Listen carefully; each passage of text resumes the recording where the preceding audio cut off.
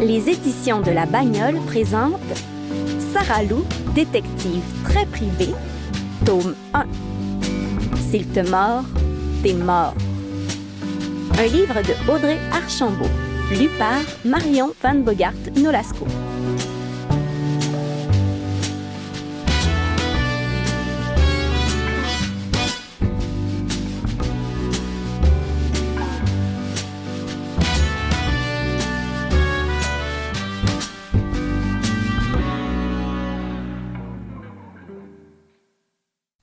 Chapitre 1. Le charmeur de serpent. C'est officiel. Je déteste mon professeur de musique. Il m'a encore demandé de sortir de la classe parce que j'ai passé un message à Sophia pendant qu'il distribuait les flûtes à bec. Quand il a déplié le papier, M. Grimard est devenu tout rouge. Il a serré la mâchoire et pointé son index vers la porte. J'avais dessiné une affiche annonçant le spectacle de musique. Sur la caricature, mon professeur tenait un minuscule instrument et essayait de charmer un cobra qui restait endormi.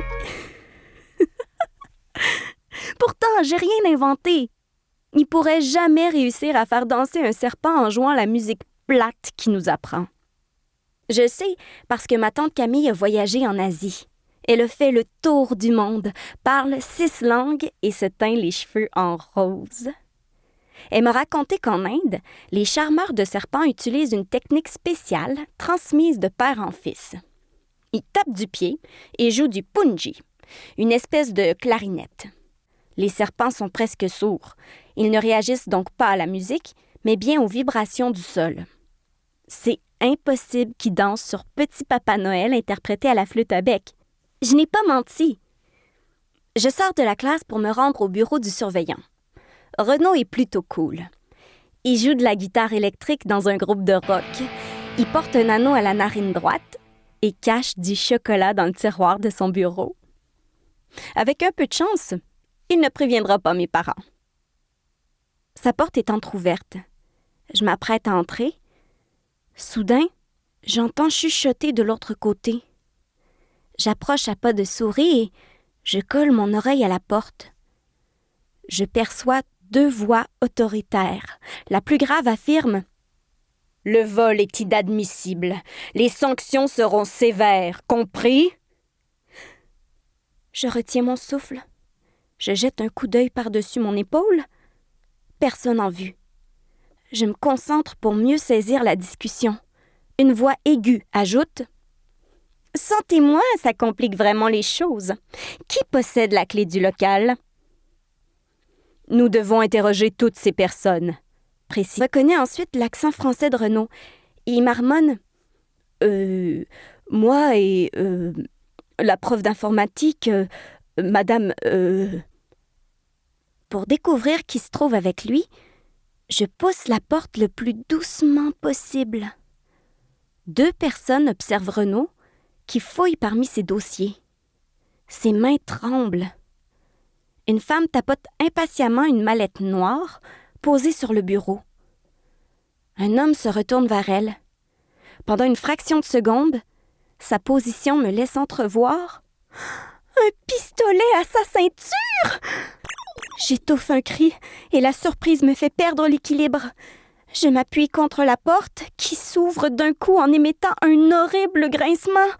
Oh non! Je me retrouve face aux 2 inconnus.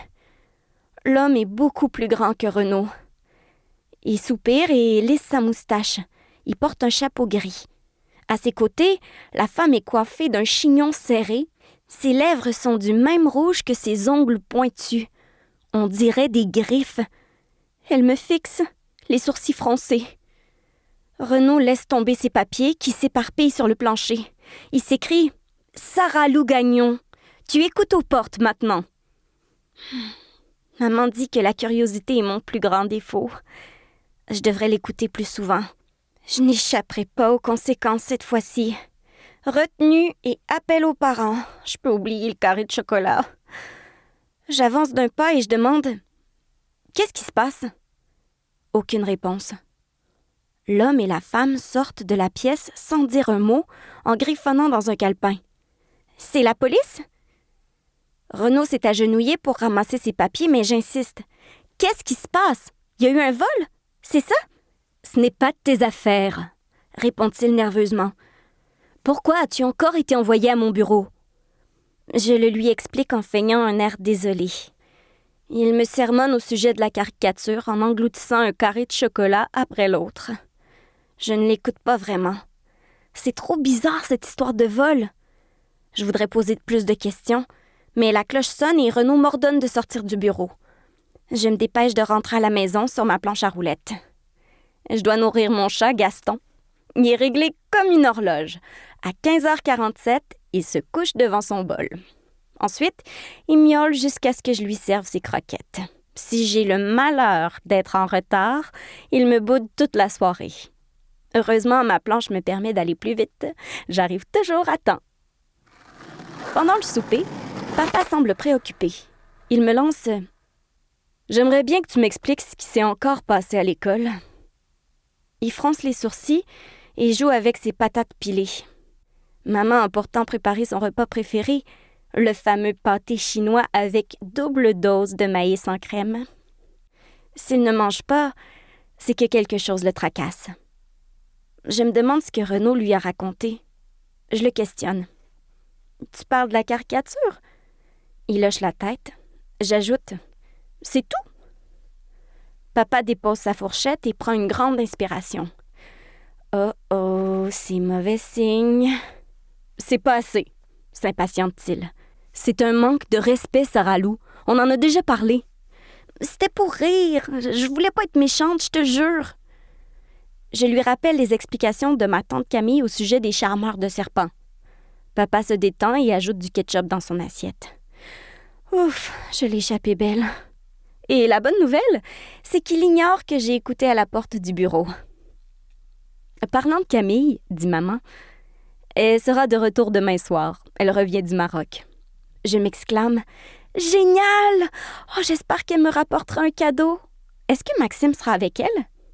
Camille et Maxime se sont rencontrés durant un voyage dans l'Ouest canadien. Elles cueillaient des cerises dans le même verger et elles sont tout de suite tombées amoureuses. Un vrai coup de foudre. Au début, je croyais que Maxime était un garçon. Quand Camille nous l'a présenté, je ne m'attendais pas à rencontrer une grande fille blonde. Maxime est super gentille. Elle m'envoie souvent des cartes postales. Papa sert la salade, puis répond à ma question. Camille viendra seule, cette fois. Pourras-tu lui prêter ta chambre pendant quelques jours? Oh oui! Je peux écrire à Sophia pour lui annoncer la nouvelle?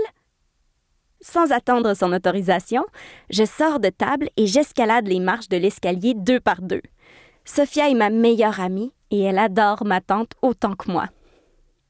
Camille nous traite comme des adultes et nous raconte toujours des histoires passionnantes. Comme la fois où des pirates ont attaqué le bateau sur lequel elle se trouvait dans la mer des Caraïbes. Ou encore sa rencontre avec un empereur japonais dans un restaurant de sushi. J'affiche au-dessus de mon lit toutes les cartes postales que Camille et Maxime m'envoient. Le mur en est presque entièrement recouvert. Je ferme la porte de ma chambre et je m'installe devant la tablette pour clavarder avec Sophia.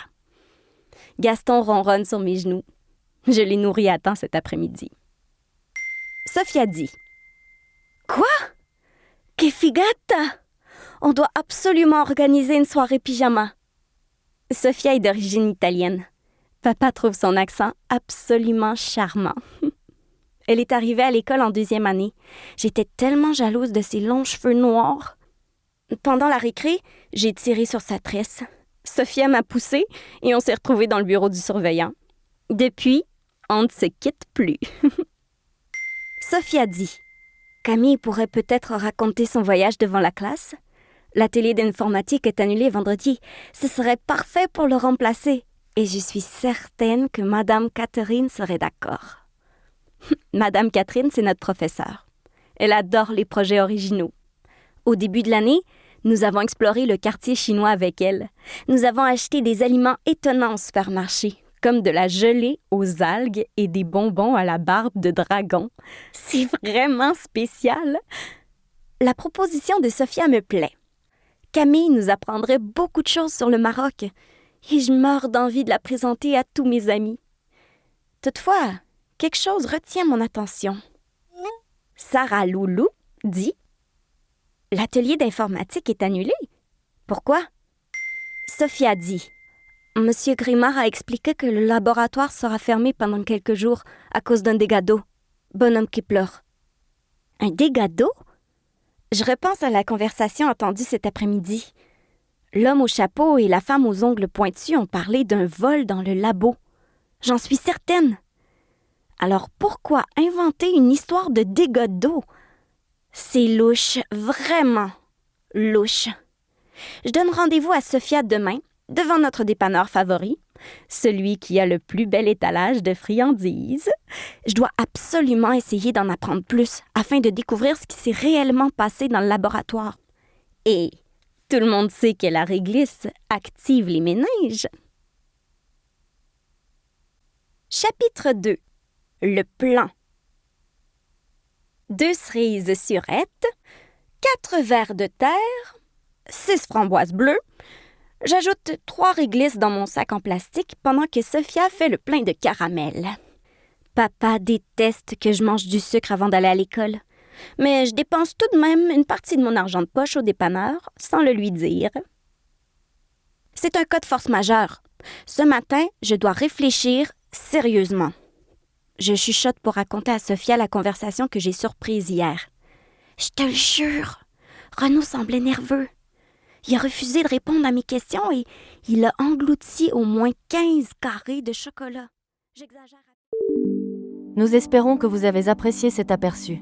Pour continuer à écouter ce livre audio sur Google Play Livres, utilisez le lien dans la description de la vidéo.